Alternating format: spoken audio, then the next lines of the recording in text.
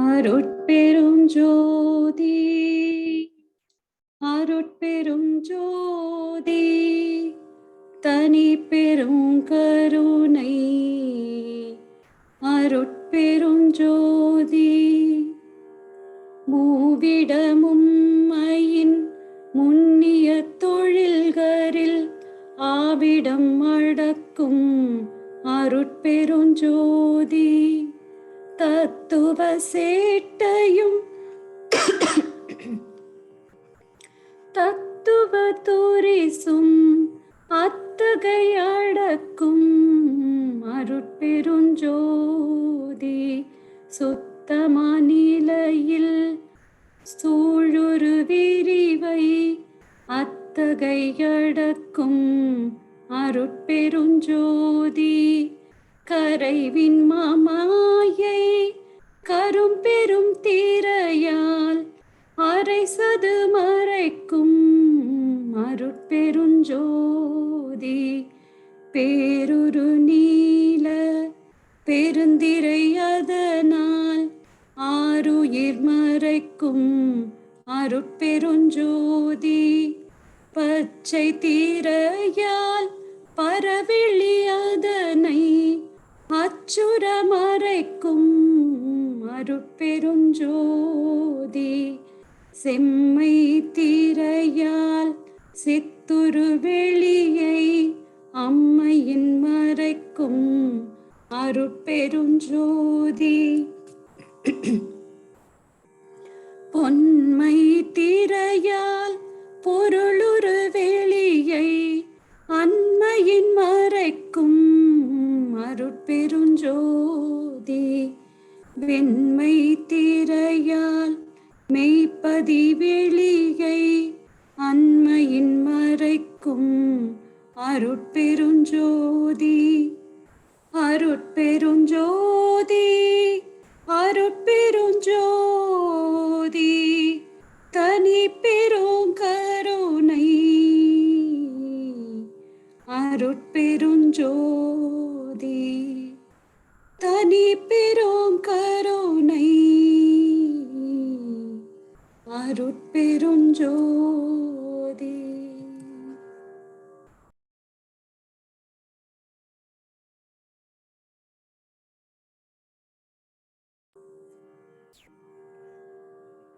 வாழ்க வையகம், வாழ்க வையகம், வாழ்க வளமுடன்.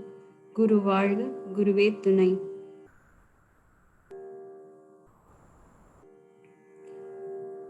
ஓங்கார நிலையினிலே மௌனம் என்போம், உச்சரிப்பில்லதனையே சப்தம் என்போம்.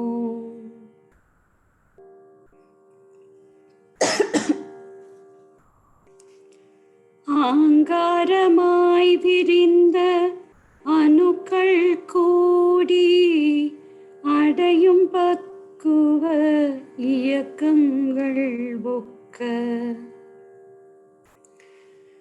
ரீங்காரம் பலவிதமாய் விரிய கண்டோம், ரகசியமாய் புல் பூண்டு மரம் மண்களும் ஓங்கார ஜபம் அல்லும் பகலும் செய்வது உணர்ந்திட்டோம், ஓம் எனும் பழக்கம் விட்டோம்.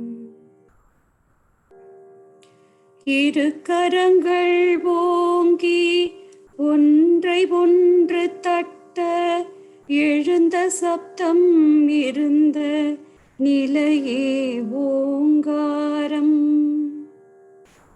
வரும் முன் இருந்ததெங்கே அந்த நாதம், வந்த பின்னே போனதெங்கே வகையாராய. நிறுவி கற்ப நிலையாக எதிலும் எங்கும் நிறைந்து நின்றும் அணுக்கூட்ட இயக்கம் ஒக்க பெருகி பல ஓசைகளாய் விரிந்து அலைந்து பரவெளியில் நிரவி நிற்கும் தன்மை கண்டோம். மகரமே உணர்த்துவது மோனம் ஆகும். மற்றுமொரு உயிரெழுத்தாம் ஓமுன் வைத்து மகரமே ஒளித்திடல் மொழி பொழுக்கம் மௌனத்தை அதனால் ஓங்காரம் என்போம். ஓங்காரம் என்பதுயிர் ஓசையாகும். ஒடுங்கி மூலம் காணாதுவே மெய்யாம். ஓங்காரத்தில் உயிரை ஒடுக்க வென்றால் ஓவென்ற எழுத்ததனை முதலில் நீக்கு. ஓங்காரம் அடக்க நிலை பெற்றதாங்கே உடனே நீ மகரமேயின் ஓசை நீக்கு. ஓங்காரத்தில் உயிர்மை நிலைகள் தேர்ந்து உட்பொருளே நீயாவாய் அனுபவமா. ஓம் என்று உச்சரிக்க ஒன்றிரண்டாய் விட்டதாங்கே ஓம் அதற்கு மூல ஒளியே பிரணவமாம். ஓங்கார நிலையினிலே மௌனம் என்போம். உச்சரிப்பில் அதனையே சப்தம் என்போம். ஓம் என்று செபிப்பவனை பக்தன் என்போம். உட்பொருள் உணர்ந்தவனை ஞானி என்போம்.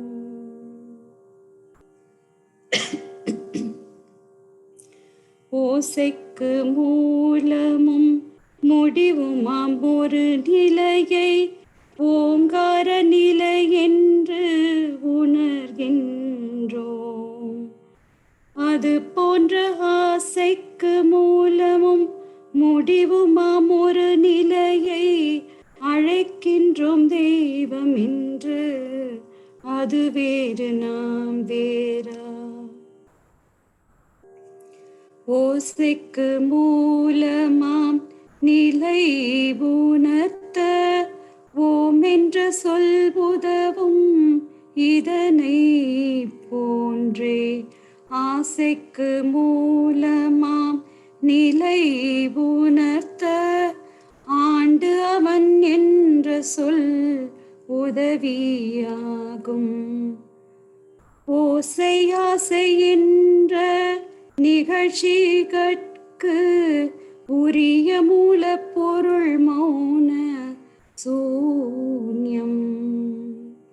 ஆசையினை அறிவறிய திருப்பி கொண்டால் அதுவே மூலப்பொருளாம் அனுபவமாம். வாழ்க வளமுடன். நன்றி. குரு வணக்கம்.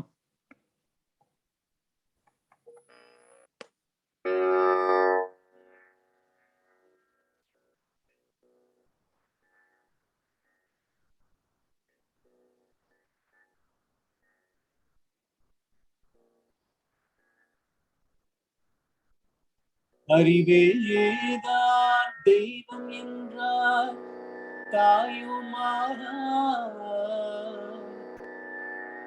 அகத்ததுதான் மெய்ப்பொருள் என்று எடுத்து காட்டி அறிவதனை அறிவித்தார் திருவள்ளுவர். அவ்வறிவை அறிவதற்கு முறைகள் சொன்னார். அறிஞர் திருமூல அவ்வறிவில் ஆழ்ந்து ஆனந்த கவியாத்தார் ராமலிங்க அறிவில் அறிவாய் நிலைத்து அறம் வகுத்தோர் அதை வாழ்ந்து காட்டினோர் நினைவு கூர்வார் வாழ்ந்து காட்டினோர் நினைவு கூர்வார்.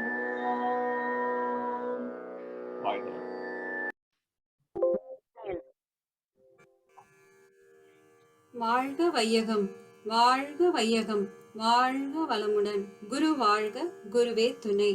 ஞானக்களஞ்சிய கவி சினம்.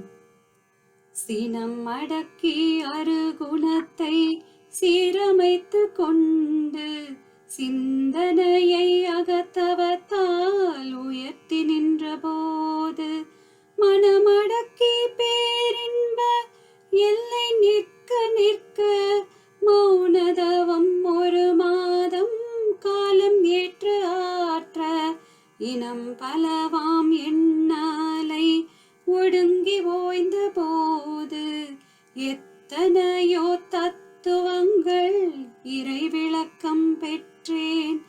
மனம் போக வேண்டாம், நாம் இல்லறத்தில் இருந்து வாழ்ந்து கொண்டே தவத்தை ஆற்றி வெற்றி பெறலாம். வாழ்ந்து கொண்டே தவத்தை ஆற்றி வெற்றி பெறலாம். வாழ்க வளமுடன்.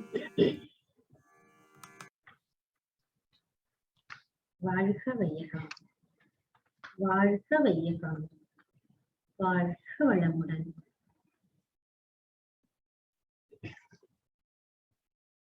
சான்றோர் பெருமக்கள் அனைவருக்கும் வணக்கங்களும் வாழ்த்துக்களும். வாழ்க வளமுடன், வாழ்க வளமுடன். இன்றைய ஞானக்களஞ்சிய கவி பாகம் 2 1562 கவி சினம் என்று தலைப்புல சுவாமி கொடுத்திருக்காங்க.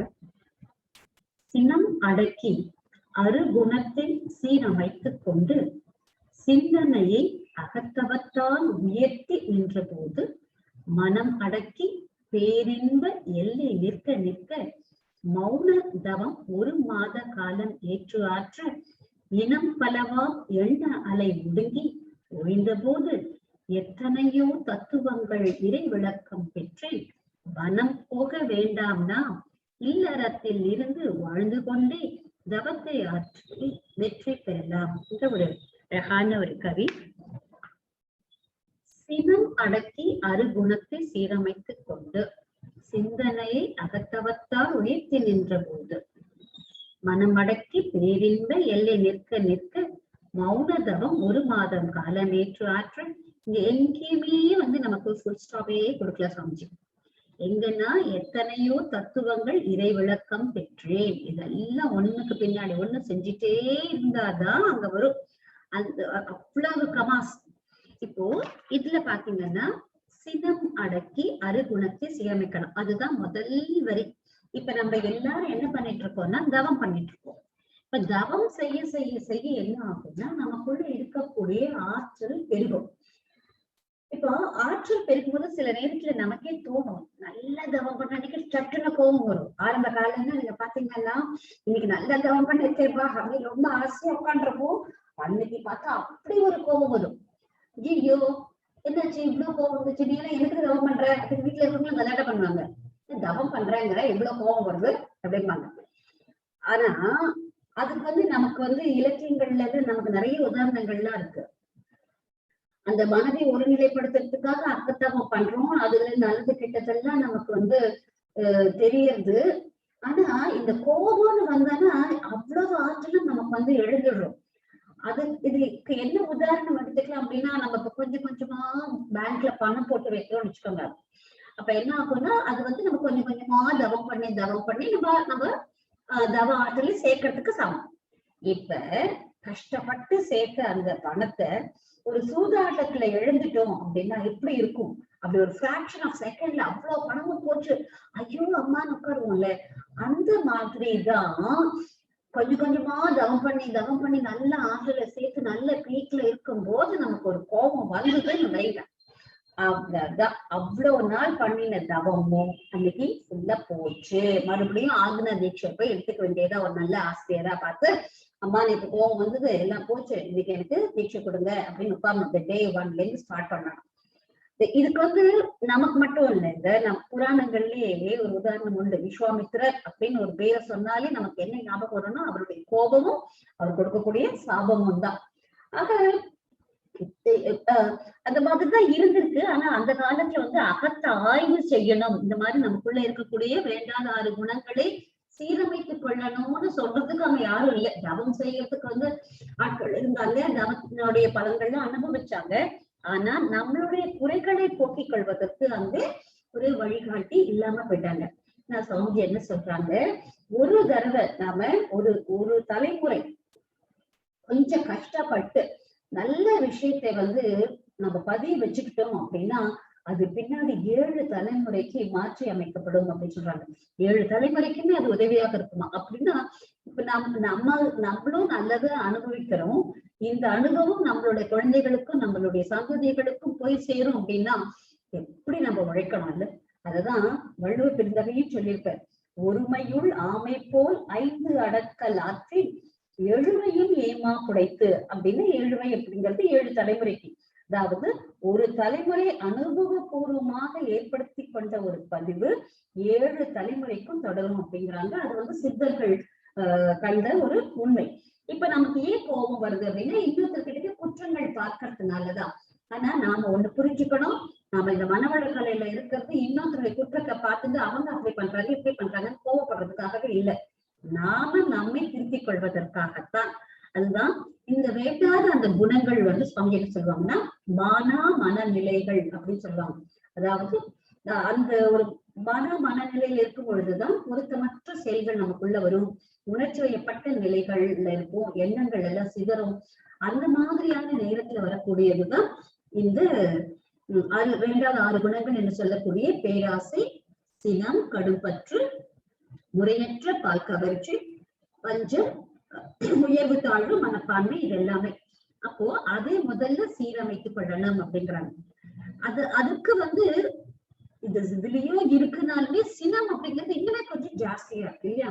அப்போ சினம் அப்படிங்கிறது ரொம்ப ஒரு ஏன் அதுக்கு அவ்வளவு இம்பார்ட்டன்ஸ் கொடுக்குறாங்க சுவாமிஜி அப்படின்னா, சுவாமிஜியோட லைஃப்லயே சுவாமிஜி வந்து நான் சரியா அகத்தாய்வு பண்றேன் நான் பார்த்தேன்னா சில இடங்கள்ல சொல்லியிருப்பாங்க. அதுல ஒரு 2 இன்சிடென்ட் மட்டும் நான் இன்னைக்கு உதாரணத்துக்கு எடுக்கலாம். ஒரு தடவை மார்கழி மாதம் சுவாமிஜி வந்து கிணற்றடியில உட்கார்ந்து குளிக்க ஆரம்பிச்சிருப்பாங்க. அப்ப வந்து சில்லுன்னு இருக்குங்கிறதுக்காக என்ன பண்ணுவாங்கன்னா மெதுவா கால்ல கொஞ்சம் தண்ணி விட்டு அப்படியே காலை வந்து அப்படியே ஈரம் பண்ணிப்பாங்க. அப்புறம் கையில கொஞ்சமா தண்ணி தொட்டு உடம்புல ஈரம் பண்ணி அந்த சில்னஸ் அந்த குளிர்ச்சி வந்து தாங்கிக்கிற தன்மைக்கு தன்னுடைய உடலை வந்து மாத்திட்டு அதுக்கப்புறமா ஒரு செம்பு தண்ணி விட்டுப்பாங்க. அப்புறம் குளிக்க ஆரம்பிப்பாங்க. மோஸ்ட் ஆஃப் அஸ் நம்ம எல்லாருமே பண்ணுவோம். ஜென்ரலா நம்ம பச்சை தண்ணியில குளிக்கிற பழக்கம் இருந்தா எல்லாரும் பண்ணுவோம். பட் பழகினவங்களுக்கு அப்படி தலையில கொட்டிப்போம். That is different.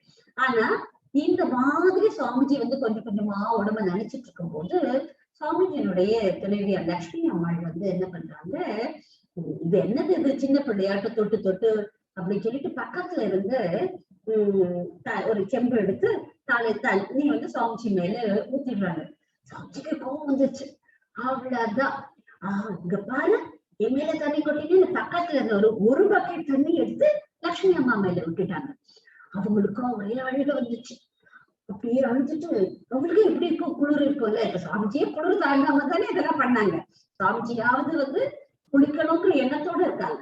ஆனா லட்சுமி அம்மாக்கு அந்த எண்ணம் ஒண்ணு சுவாமிஜியோட விளையாட்டா ஒரு வேலை பண்ணாங்க. இல்லைன்னா சுவாமிஜி அவங்க அழுதுட்டு போறதை பார்த்தோன்னே என் மனசு ரொம்ப கஷ்டப்படுறாங்க. ஆஹா, என்ன ஒரு தப்பு பண்ணிட்டோம், எவ்வளவு கோவம் நமக்கு வந்துச்சு.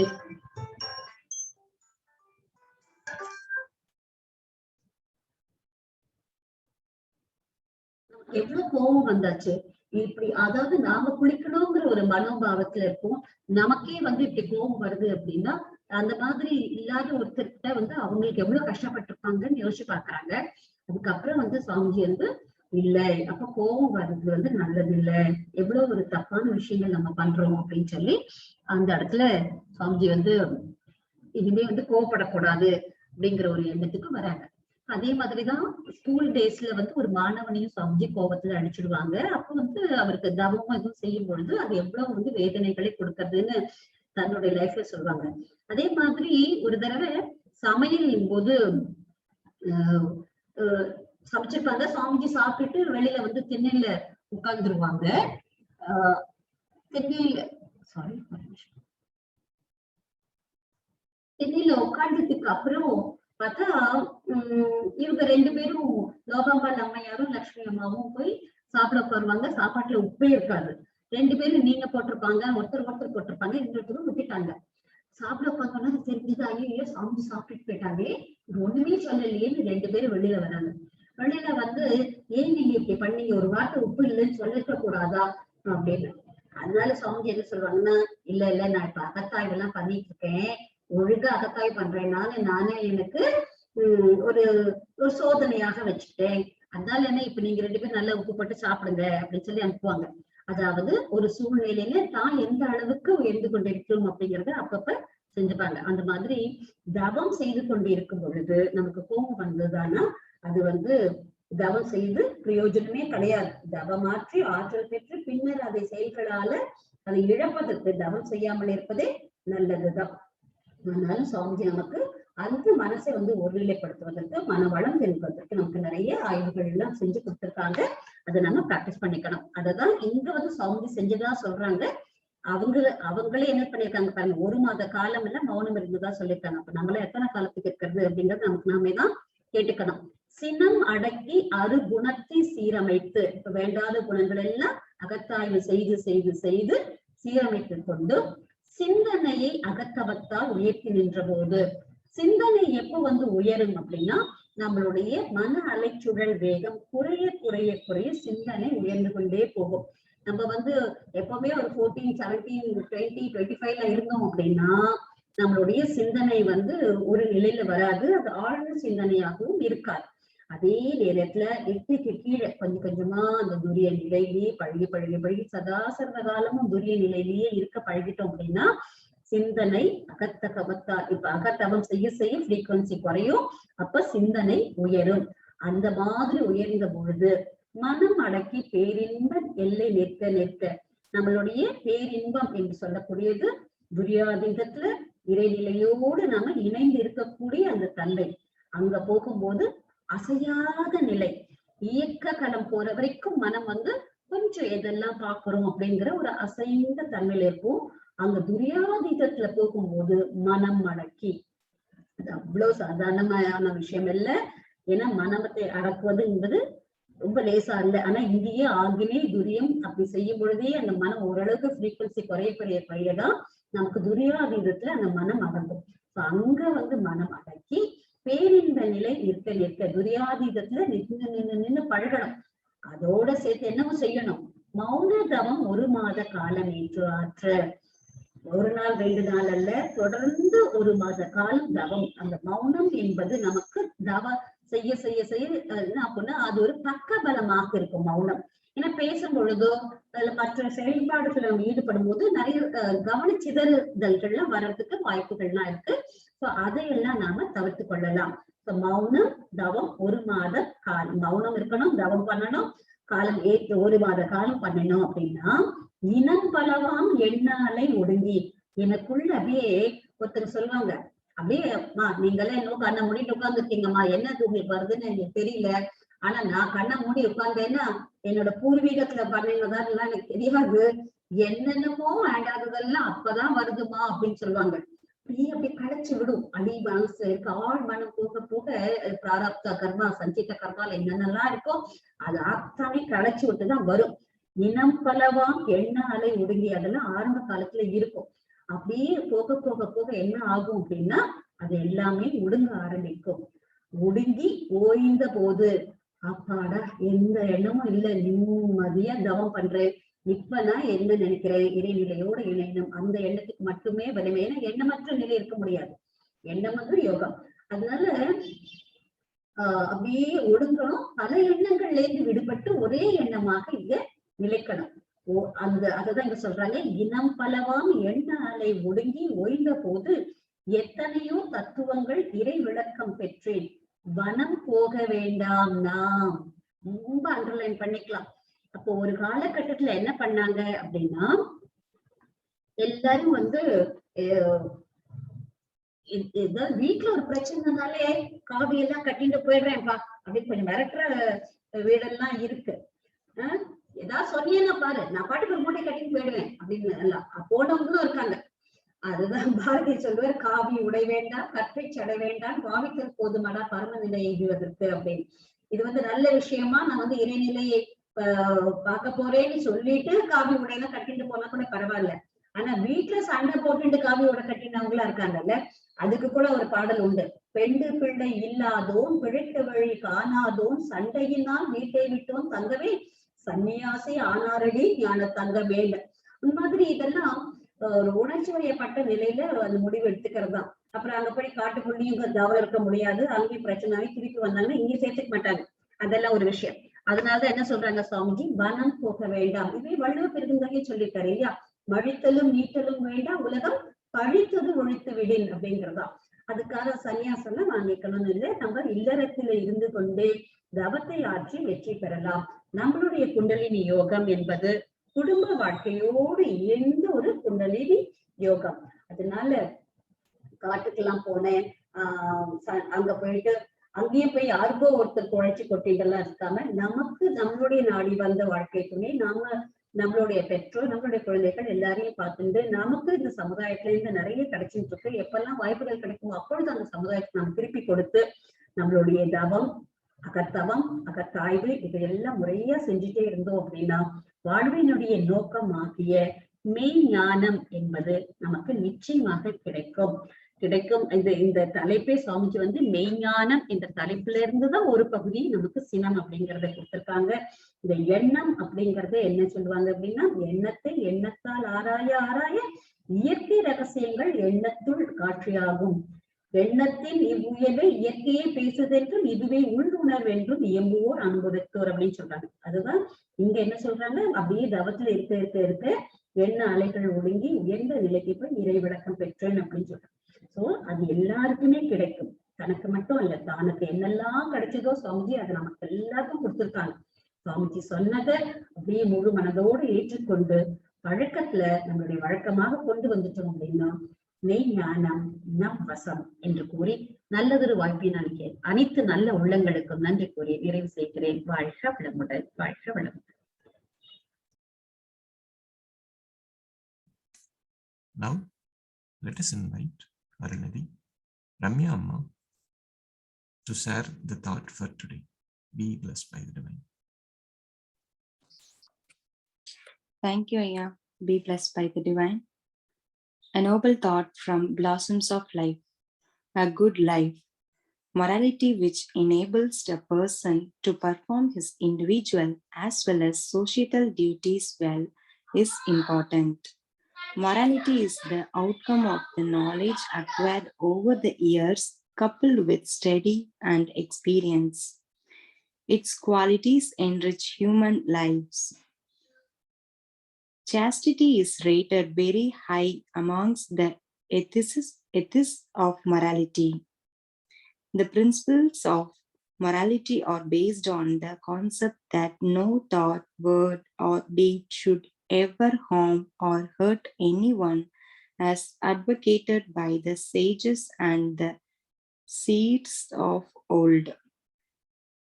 Unchaste behavior gives rise to physical and mental problems in the lives of the individuals as well as the society and the future generations. Chastity, important for progress and prosperity in life, should be observed strictly at all times. I'd like to share my view. Morality is the best path to achieve individual duty, social duty in an appropriate way. Morality is the result of long experience, deeper analysis, and elevated consciousness. Morality is the key for correcting and elevating human life. Chastity is the first and foremost among all other moral behaviors. What is morality? If a specific thought, word, and deed affects us or affects others, then we should avoid those things. This is called morality. All the physical problems in an individual and social life are the result of not following chastity. So, we should analyze and understand the importance of chastity. Maintaining physical and mental health is important, but it is more important to follow morality to lead a good life. Thank you, Aya. Be blessed by the divine.